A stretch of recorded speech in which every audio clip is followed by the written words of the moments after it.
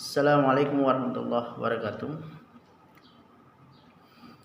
Alhamdulillahirabbil alamin. Wassalatu wassalamu ala nabiyillah Muhammad sallallahu alaihi wasallam. Alhamdulillah, di kesempatan ini kita akan membahas terkait Undang-Undang Nomor 23 Tahun 2011 tentang pengelolaan zakat. Nah, pengelolaan zakat di Indonesia mengalami perubahan setelah dikeluarkannya Undang-Undang 23 Tahun 2011. Nah, undang-undang ini menandai era baru transformasi zakat nasional yang telah melahirkan paradigma baru pengelolaan zakat di tanah air. Beberapa aturan yang merupakan hasil ijtihad konstitutif dalam bidang zakat. Dalam bidang zakat ini mendapatkan reaksi dari beberapa kalangan, khususnya terkait kewenangan pengelolaan zakat oleh negara.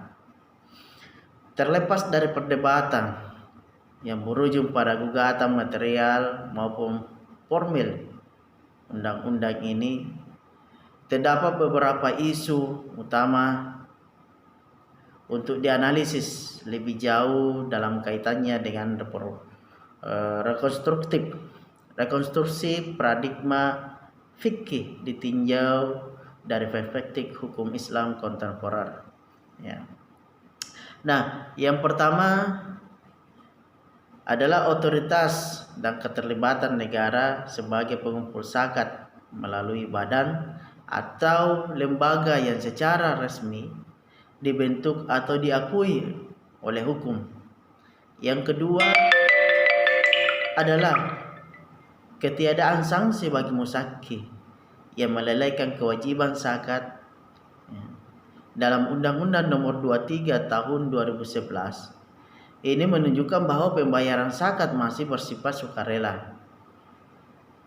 Karena itu regulasi perzakatan di Indonesia masih dinilai lemah dalam kerangka hukum yang dapat mengikat bagi personal atau badan usaha yang terkena wajib zakat, termasuk wajib pajak.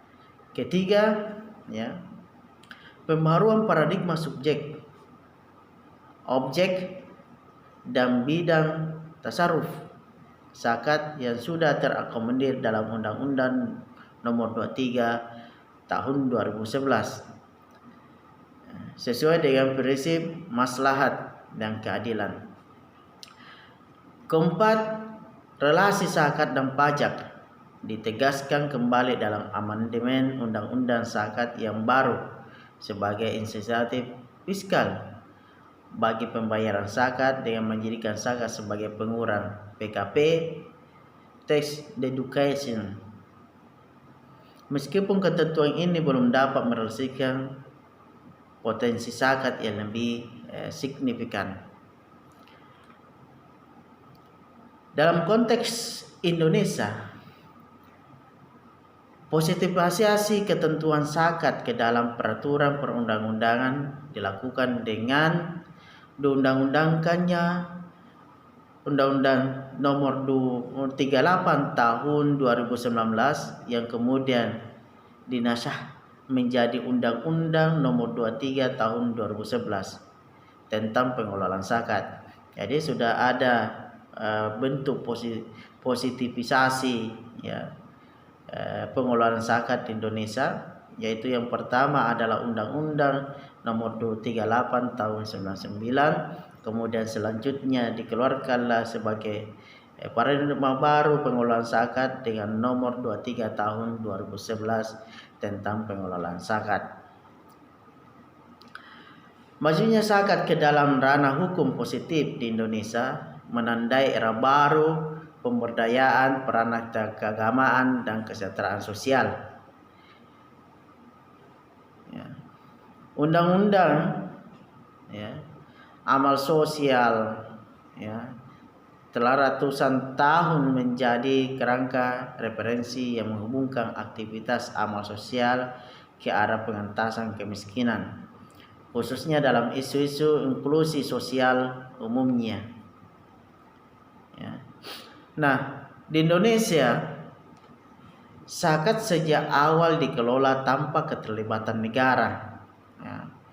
Jadi ada istilah adalah pengelolaan zakat secara tradisional yang dikenal sebelum keluarnya undang-undang ya, nomor 38 tahun 99 yang masih dikelola oleh masyarakat ya, yang cenderung tradisional ya. Nah, kemudian tidak menjamin terkait pengumpulan, pendistribusian dan pembayaran zakat yang maksimal. Nah, problem ya zakat, pengelolaan zakat dengan metode tradisional ini ternyata tidak mampu menjawab persoalan ekonomi ya, pengangguran, kemiskinan dan semacamnya. Nah, Undang-Undang 23 tahun 2011 ini berupaya untuk mencoba mengubah paradigma menjadi paradigma yang dulu menjadi paradigma yang baru ya, bahwa pengelolaan zakat itu harus dikelola dengan baik ya. Ada lembaganya, ada amilnya ya, yang kemudian bertanggung jawab untuk mengelola zakat ya. Nah, kita harus bekerja ke belakang bahwa zakat di Indonesia mengalami kebangkitan di tangan masyarakat sipil pada tahun 1990. Era ini kemudian dikenal menjadi era pengelolaan zakat secara profesional modern berbasis prinsip-prinsip manajemen ya, tata kelola organisasi. Jadi kebangkitan ini sebenarnya ditandai dengan keluarnya regulasi tentang pengelolaan zakat. Kemudian dalam regulasi tersebut ya, mengakomodir manajemen dan tata kelola organisasi yang baik, sehingga diharapkan ya pengelolaan zakat Indonesia ini lebih maksimal ya dengan Undang-Undang 23 tahun 2011. Nah, apakah Undang-Undang 23 tahun 2011 ini sudah mengakomodir semua ya kegiatan pengelolaan zakat ya? Kemudian apakah undang-undang ini ya? Karena pada dasarnya hukum itu sifatnya adalah memaksa ya. Jadi undang-undang ini ada ya sifatnya memaksa.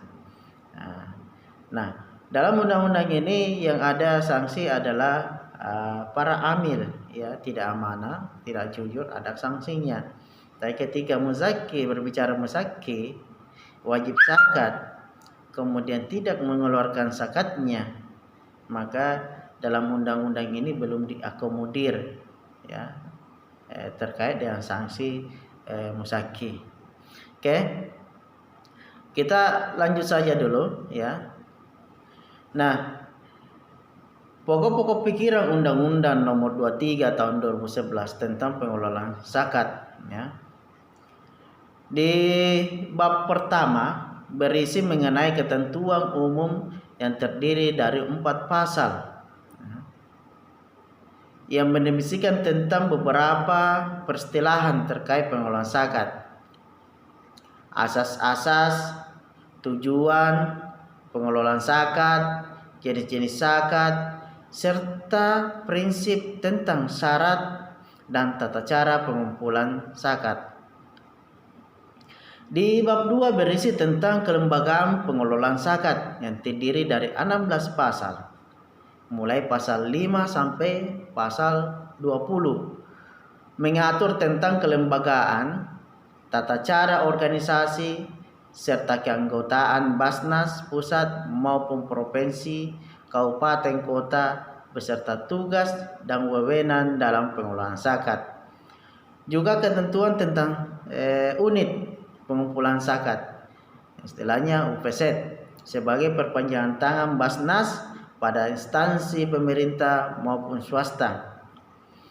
Pengaturan tentang organisasi lembaga amil zakat, ya, mekanisme perizinan, pelaporan, dan pertanggungjawaban LAS kepada Basnas.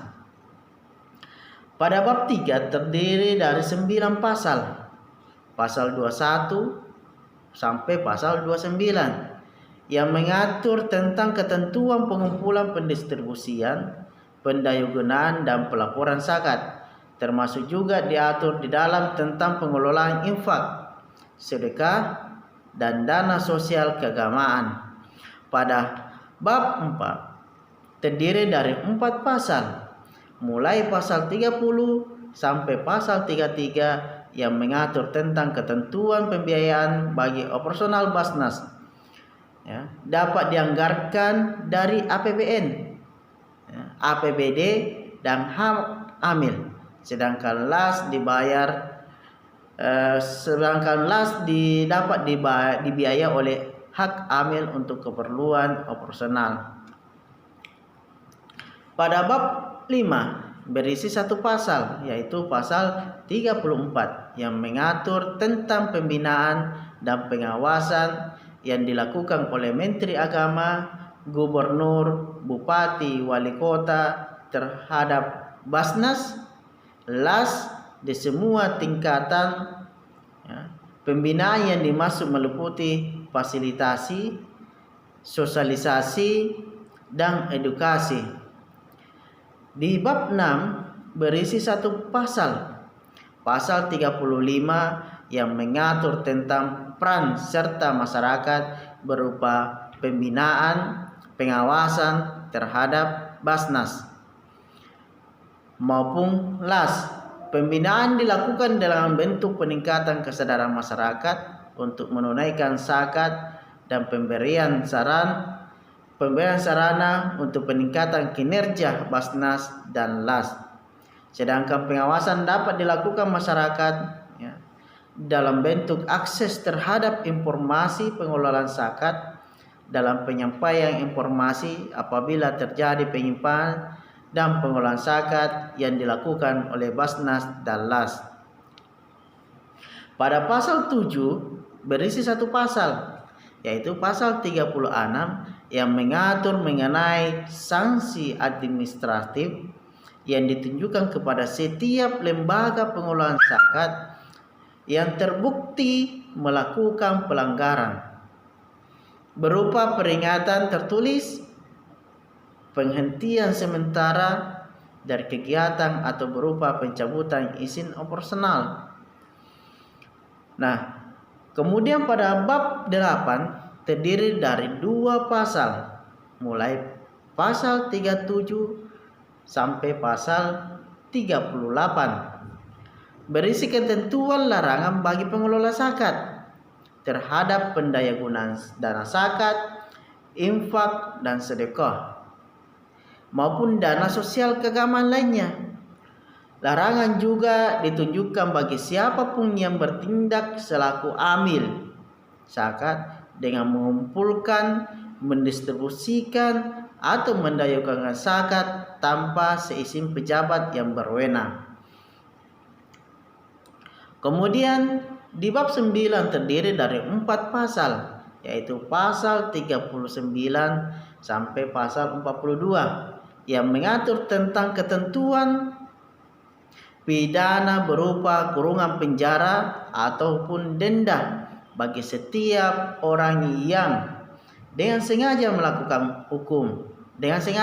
melakukan perlawanan hukum, ya, melakukan pendayagunaan dan penyelewengan dalam pendistribusian zakat. Nah, pada bab 10 berisi 1 pasal, pasal 43 yang memuat tentang ketentuan peralihan bahwa Basnas pusat, provinsi, kabupaten, kota yang telah ada sebelum undang-undang ini berlaku tetap menjalankan tugas dan fungsi berdasarkan undang-undang ini sampai terbentuknya kepengurusan baru berdasarkan undang-undang ini. Demikian pula bagi LAS yang telah dikukuhkan, telah dikukuhkan atau disahkan oleh Menteri Agama sebelum berlakunya undang-undang ini, dinyatakan sebagai LAS berdasarkan undang-undang ini dan wajib menyesuaikan diri paling lambat 5 tahun terhitung sejak dikeluarkannya undang-undang ini. Nah, kemudian di bab 11 terdiri dari 4 pasal, yaitu pasal 44 sampai pasal 47, berisi mengenai ketentuan penutup yang menyatakan bahwa peraturan undang-undang tentang pengelolaan zakat dan peraturan pelaksanaan Undang-Undang Nomor 38 Tahun 19 tentang pengelolaan zakat dinyatakan masih tetap berlaku sepanjang tidak bertentangan dengan ketentuan dalam undang-undang ini, masuknya Undang-Undang Nomor 23 Tahun 2011. Nah, selanjutnya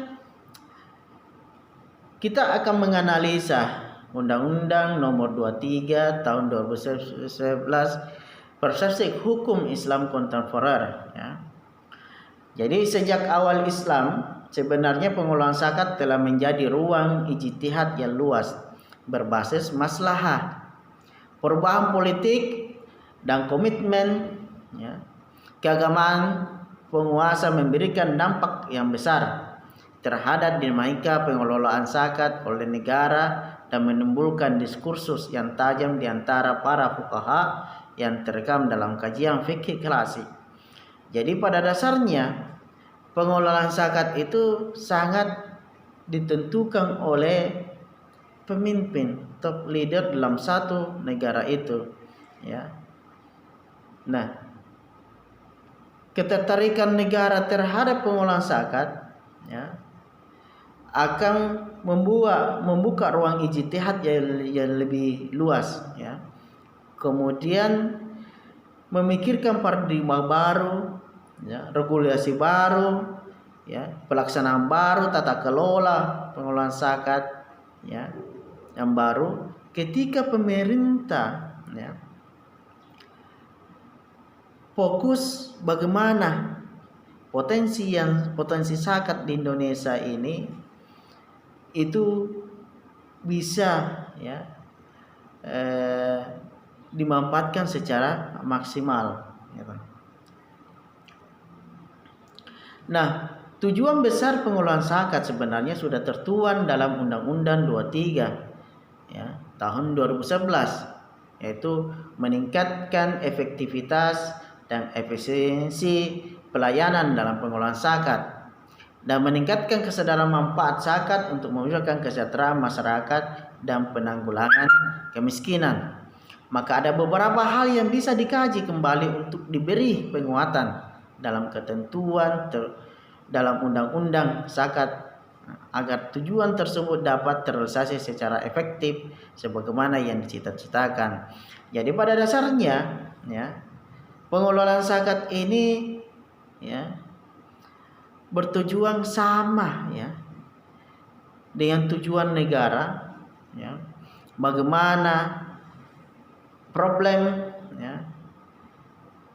bagaimana problem-problem persoalan ekonomi di Indonesia itu bisa diselesaikan. Makanya satu harapan kita bahwa negara mesti melirik zakat ini sebagai salah satu instrumen pendapatan negara.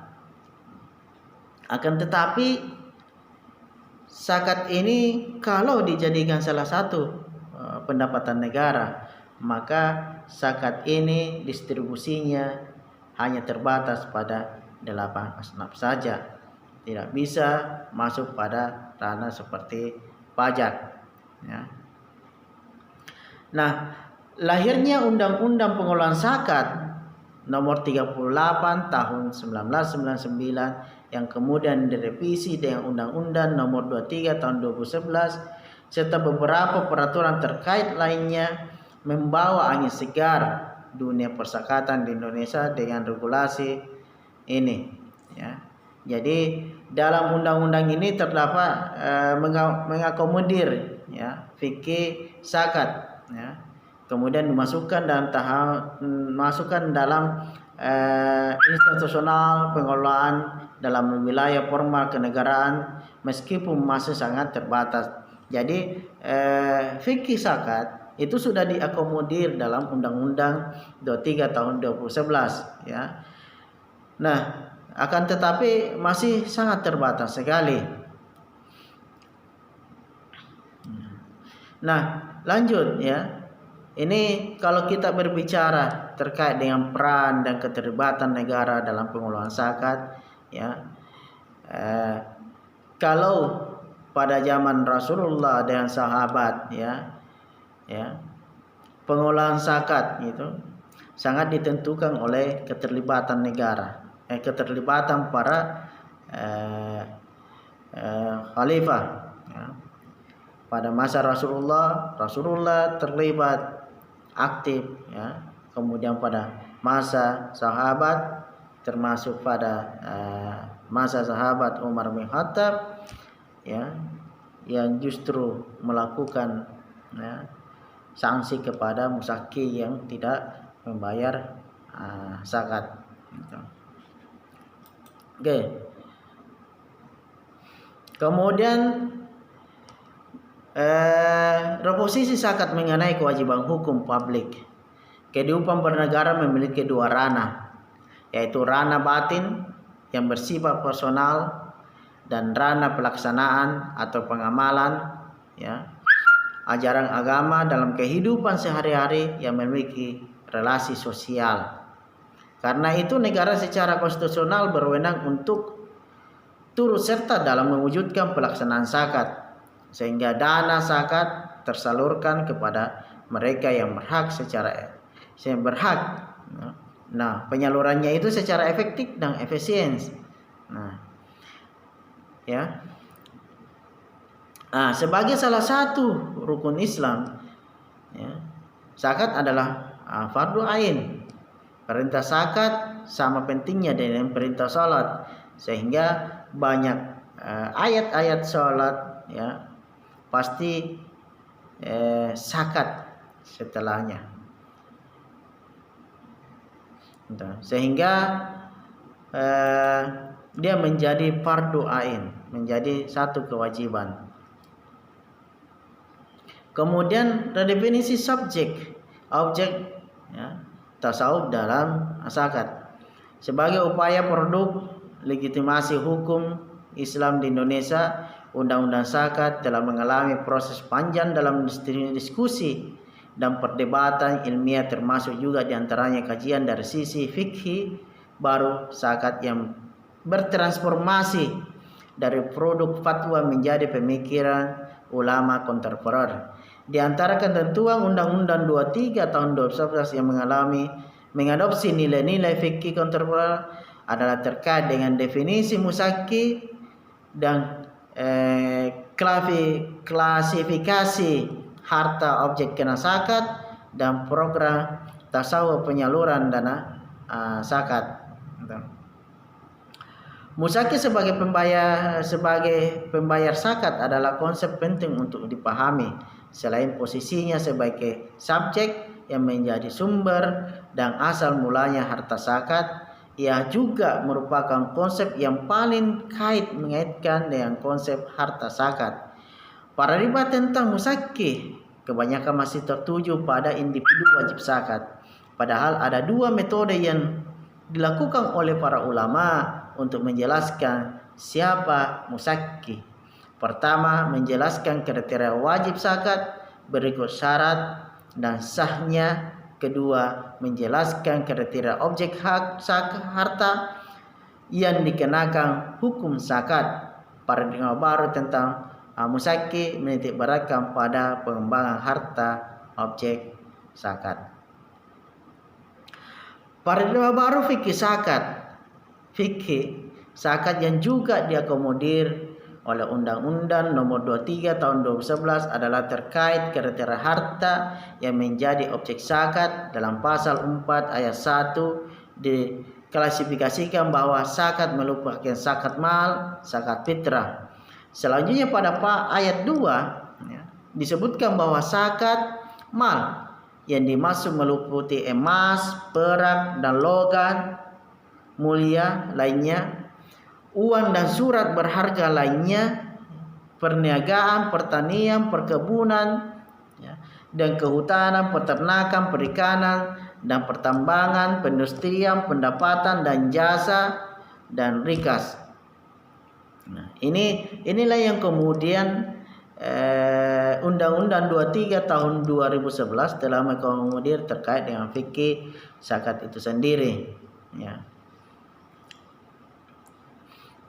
Oke, sebagai penutup, ya, Undang-Undang Nomor 23 Tahun 2011 tentang pengelolaan zakat yang merupakan amandemen terhadap Undang-Undang Nomor 23 Tahun 1999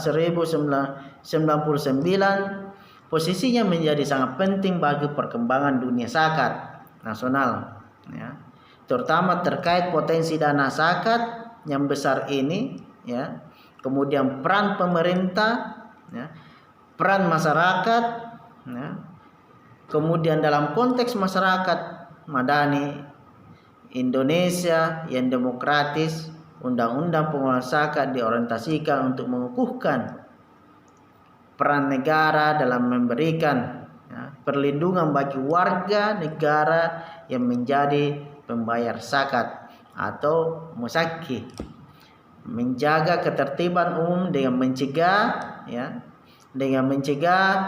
pendayugunan zakat, ya, penyalahgunaan dana zakat, memfasilitasi zakat nasional untuk perubahan sosial dan memberikan insentif bagi perkembangan sektor amal khususnya dunia perzakatan. Terlepas dari alus kontroversi dan polemik yang berujung pada penggugatan material maupun formil undang-undang ini, ada beberapa hal yang menjadi isu utama reformasi paradigma fikih yang diakomodir dalam undang-undang ini ditinjau dari perspektif hukum kontemporer. Yang pertama, undang-undang ini telah menegaskan tentang, ya, unifikasi pengelolaan zakat, bahwa otoritas pengelolaan zakat adalah pemerintah melalui badan atau lembaga yang secara resmi dibentuk atau diakui oleh negara. Kedua, undang-undang ini menetapkan bahwa pembayaran zakat masih bersifat sukarela. Hal ini terindikasi karena dalam undang-undang ini tidak ada satupun pasal yang dapat diinterpretasikan bahwa zakat bersifat imperatif, ya, dan tidak ada sanksi bagi wajib zakat yang lalai. Ketiga, pembaharuan paradigma subjek, objek, dan bidang tasarruf zakat sudah terakomodir dalam Undang-Undang Nomor 23 Tahun 2011 dengan mengkategorikan lembaga, badan hukum secara subjek yang menerima taklif musaki. Dengan demikian pula penentuan kategori objek zakat, ya, dikembangkan pada basis yang lebih luas dan meliputi berbagai aktivitas perekonomian modern. Nah, yang terakhir, relasi zakat dan pajak ditegaskan kembali dalam amandemen Undang-Undang Zakat yang baru sebagai insentif fiskal bagi pembayaran zakat dengan menjadikan zakat sebagai pengurang PKP, tax deduction. Ketentuan ini dimaksudkan agar wajib pajak muslim tidak terkena beban ganda, yaitu kewajiban membayar zakat dan pajak, ya. Sekian penjelasan ini terkait Undang-Undang 23 tahun 2011 tentang pengelolaan zakat. Semoga teman-teman mahasiswa menjadi aktor dalam membangun paradigma baru terkait dengan pengelolaan zakat.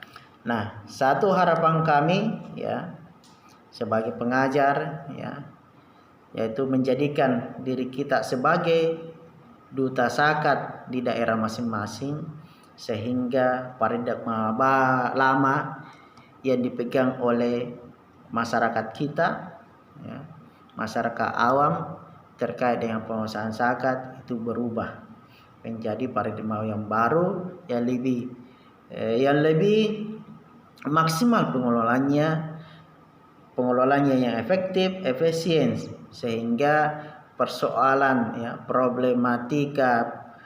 problem ekonomi salah satunya adalah pengangguran, kemiskinan, itu bisa diselesaikan dengan pengelolaan zakat yang efektif dan efisien. Oke, sekian dari saya, kurang lebihnya mohon dimaafkan. Assalamualaikum warahmatullahi wabarakatuh.